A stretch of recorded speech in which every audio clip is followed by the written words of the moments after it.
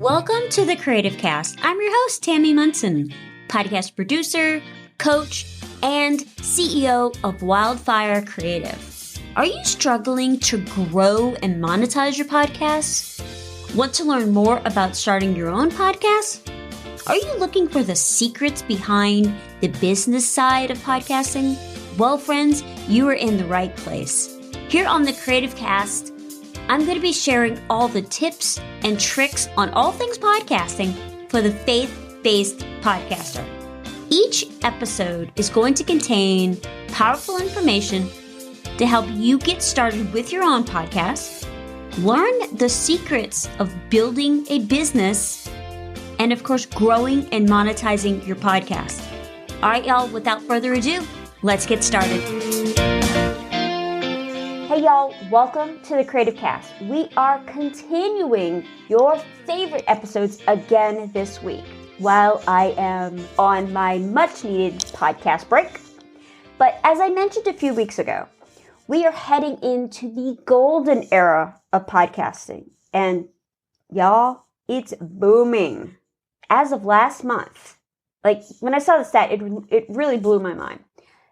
There are over 5 million podcasts out there with over 70, that's 70 million episodes between them. Thanks to our friends over at Edison Research for that stat that was published in December of 2022.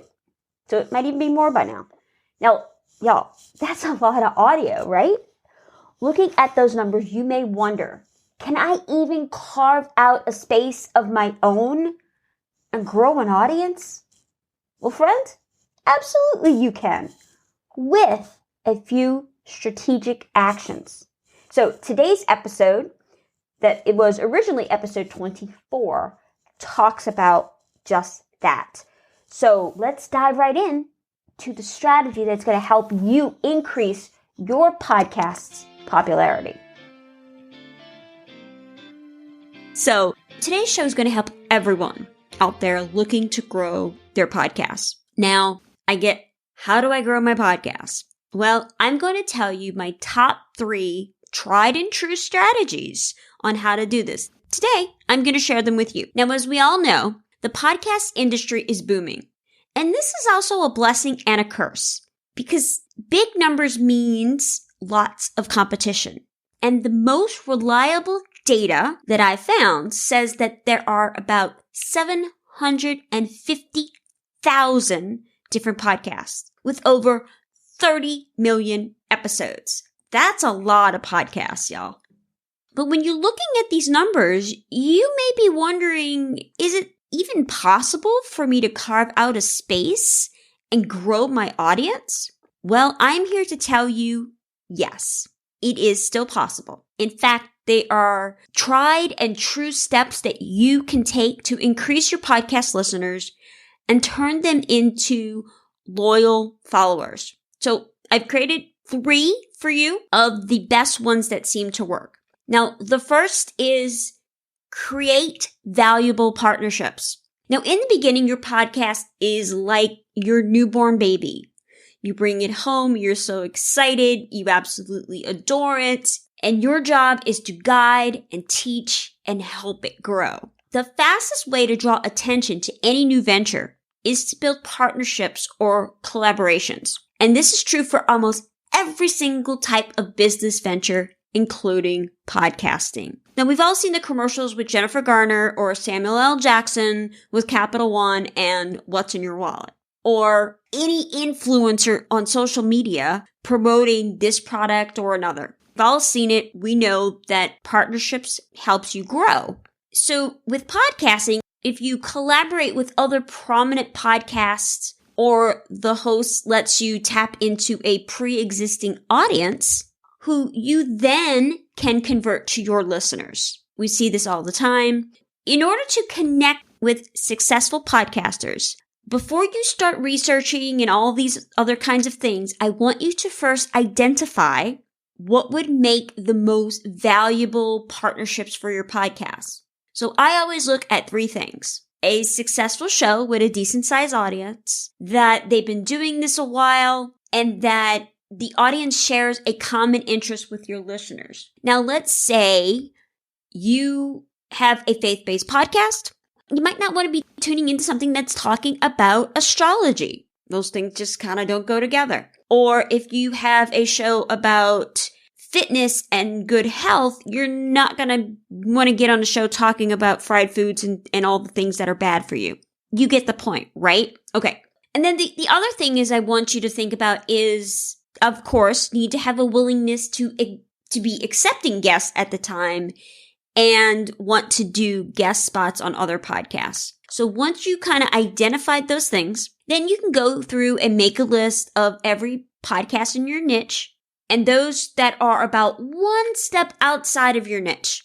You're going to use that criteria I just talked about to screen potential partners and then find the winners on social media and then ask them to appear on your show. Plus, if you do one show together, your guest is more likely then to invite you onto their program. You also want to look on various social platforms like Twitter, LinkedIn, Facebook groups, maybe even mastermind groups. There's lots and lots of opportunities. I know on Facebook Anchor has a Facebook group where there's people who are looking for guests. And I know that there's lots of other types of groups on Facebook that are always looking for that. The other thing you may want to look at is utilizing something called Podmatch, where it's kind of like a dating website, but for podcast hosts. So they automatically match ideal podcast hosts and guests for interviews. I absolutely love Podmatch. I use it with several of my clients when we are booking guests or looking for specific guests for their show. And I'll make sure to put that link in the show notes for you as well. One thing that you must do, no matter what, is set the expectation that whoever comes on your show shares the episode with their audience. Because otherwise, you're not going to see much return for your efforts. This is not a magic bullet. Not everyone is going to say yes. But if your pitch is persuasive enough, you'll find some podcasters who will definitely agree to be on your show. Podcasters always want to promote their show, so they're always, more likely than not, willing to be on other people's show. When you draft your pitch letter, don't make it a template letter that you send to everyone. Add some personality to it. Add something that you've noticed about them, something that you've listened to on their show. Hey, I listened to episode 37 and it talked about this particular Bible verse. That's one of my favorites, etc., etc. And for those of you that have a solo show, you can still use this tactic. You can still bring on a guest every now and then. Just like here on the Creative Cast, most of the time it's just you and I having a conversation. But sometimes I bring on a special guest about a particular topic that I'm not an expert in or that I really want to kind of take a deeper dive on. Definitely look at those kinds of things no matter if you are an interview-based show or a solo show. Now, the next tip is getting your listeners to act. Getting people just to listen to your show sometimes isn't just enough. Because what if they listen once and they never return? You can't build an audience that way. So to sustainably grow your audience, you need people to do 3 things. Number 1, subscribe to your show. Number 2, rate your show with the 5 stars and then review your show. Now, of course, most people are so used to saying just go over to Apple Podcasts and rate and review the show. Well, yes, that's important. You want to send them to Apple Podcasts. But you also want to send them to wherever they listen to their show because a lot of more people are using Spotify. If I were you, I would usually say go subscribe, rate, and review wherever you listen to your podcasts. That way you're not singling out one over the other. When someone does one of these 3 things, it provides a boost for the growth of your podcast. Subscribing, I'm not talking about signing up for Patreon or anything or having a subscription through any of the various like Spotify or Apple or Patreon. But just subscribing means that someone is going to see your podcast in their feed whenever you post a new episode. Apple Podcasts, Spotify, Google Podcasts, all the various ones. And then rating and reviews are going to help convince anyone who is considering your show They're thinking, oh, do I want to give this a try? Ratings and reviews kind of help those actions. Altogether, these 3 actions play a huge role in how podcasts are ranked, especially over on Apple Podcasts in their new and noteworthy section. How exactly do you get your listeners to do these 3 things? Well, you've heard on this show many, many times. You just ask. If you're not as well-versed in podcast marketing, I refer to this as asking people to do stuff. It's the call to action. We all have heard that phrase. Because we're inviting someone to do something that's beneficial for us. I want y'all to keep it classy. I don't recommend hounding people throughout the episode, making people feel guilty, anything like that. But if you ask people at very strategic points in your show to subscribe, rate, and review your podcast, it can definitely work. And it'll work to your advantage. Because if people appreciate what you're doing, they're more likely to take a minute or 2 to rate and review your show. Tip number 3. I want you to market your podcast like there is no tomorrow. Now, all of you know I live in Iowa. Field of Dreams is obviously filmed here in Iowa. And we all know the line, if you build it, they will come. Now, like I said, we've all heard that line, and it may have worked for Kevin Costner's character in the movie, but this advice can prove disastrous for a podcast or really any business. Even if your podcast is the most amazing podcast that has ever been created, it is the best thing in the world, you still have to do some promotion because nobody knows about it. Listeners are not just going to show up. I don't care what Kevin Costner experienced in Field of Dreams. It's not going to work, y'all. Now, marketing can mean a lot of different things. So here are some of the areas that you should definitely focus on. First of all, social media. Now, that might seem very, very obvious, but social media is the most accessible way to market your podcast. That's why every big podcast you listen to has some sort of active social strategy. You see it on my Instagram feed. Every Monday, I'm promoting the podcast. Now, there's a couple ways to do this right. So you're always going to tag your guest when you share episodes because this puts your podcast into their Twitter or Instagram feed or Facebook feed, which places you front and center for their audience. Make use of hashtags. Again, I know. Hello, Captain Obvious. But it bears mentioning. Every hashtag you use introduces your podcast into another stream, each of which could reach thousands of new people. The other thing is create audiograms. Video, as we all know, video is the priority on Instagram and, of course, with the Google algorithms. And video and images drive a lot of engagement on social media, more so than text-only posts. But why should that matter to you, a person that's working in an audio medium? Because of audiograms. That's why. They're so key. So if you're not familiar, audiograms are social posts that include an image or a video, usually captioned, and usually has a short audio clip from your podcast. And usually it's like anywhere between 30 to 60 seconds of some nugget of wisdom or some sort of hook that's going to get people to want to go, I want to listen to that show just because of this. And you can use these audiograms to your advantage, and then you get to enjoy the improved social engagement. There are several programs that can help you do this, several web-based software that will help you do this. The most popular is Headliner, then there's also Wave, and there's lots of other ones out there. Now, my personal favorite is Wave. It's, I think, $10 a month, and I'll put that link in the show notes for you as well. And of course, let's talk about podcast syndication. Now, there's lots of different podcast platforms out there. And if you are not already, it's in your best interest to be on as many as possible. If you are a client of mine, this section, you do not have to worry about it because I have taken care of that for you. But if you've done it yourself or someone else has done it for you, you want to make sure that you are in as many places as possible. The more places you upload your show, the more potential listeners you reach. So I'm talking about Apple Podcasts, Stitcher, Spotify, Google Podcasts, Amazon, Alexa, Podcast Addict, Castos. I mean, the list goes on and on and on. So make sure that you are looking at your syndication.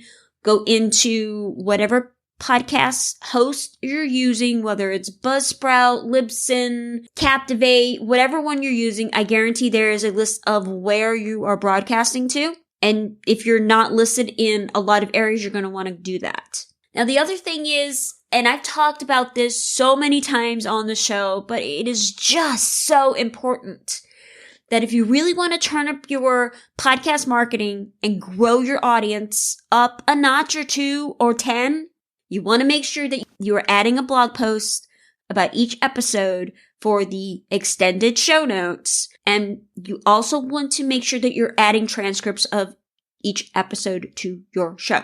Now, I know when we say transcripts, it could be, you're thinking, oh my gosh, that sounds painful. That sounds like something that's going to take too much work. But creating a blog post helps your podcast get found in Google, which has way more search traffic than any podcast platform. And there are lots of options to create transcriptions, like Otter and Soundtrap, which is Spotify's version of that. And there's even another service which I just absolutely love. You've heard me talk about it before, and that's Podscribe. Recently, I was talking to a client about adding transcription to their podcast. And they said, why do we need to do that? People don't want to read a podcast. True.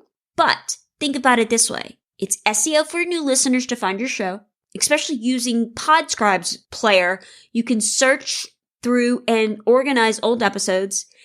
And most importantly, because you know how I am about special needs and making things easier for that community, it makes your show accessible to the deaf and hard of hearing community. So that's even another group of listeners, so to speak, that can tap into your show and become part of your loyal audience. So how does this whole blog post thing work? Well, it's simple, really. Unless you're podcasting about something really rare and obscure, people are going to be searching Google for the kinds of things that you're talking about. So when you create a blog post and you post the show notes and or the transcription, Google finds those keywords from your post and ranks it for said keywords. Boom, done.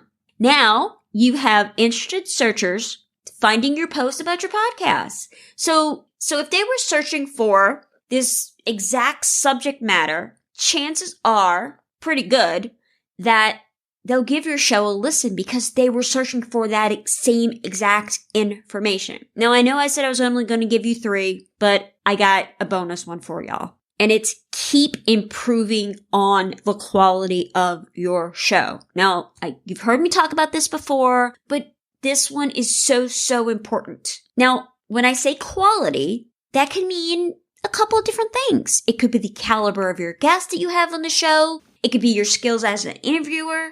It may even be the audio equipment or the background music you have on your show. But the best way to find out what you need to improve is to just ask your audience. Because they're going to tell you. I get notes all the time. But if you are just starting and you don't have an audience out there, ask your friends. Ask people that you know. Tell them you need their honest feedback. Not to give you all the puppies and rainbows and sunshine and all that stuff, but to really give you honest feedback. Or reach out to your own social media audience and say, hey, let me know what you think. Because however quality is defined for you, I want you to keep working towards improvement. We can always be better. There's always something that we can improve upon. Even me, who has been doing podcast editing for years and years and years, I don't really want to say how many years it's been. It's been a few years. But there's always something new for me to learn. There's always a new software or a new skill, or there's always something new for you to learn. We are not experts in everything. So keep working towards that improvement, making your show better each and every time. All these things I've mentioned today is going to help you increase your listeners, but it will be astronomically so much more effective if you have a high quality, high value show. As always, if you have questions, please do not hesitate to send me an email. Happy to get your notes. I love reading them all. Go ahead if you have questions, please send them over and I will get you an answer as soon as possible. Now, ladies, I absolutely 100% believe in you. Y'all are my heroes because I believe that inexperience, production fatigue, and intimidating tech should not hold you back. You've got this. Let's walk through this journey together so that you can spend less time worrying about the details and more time spreading your message, more time telling your story. I hope that you have a great day, and I will talk to you next Monday. Bye, y'all.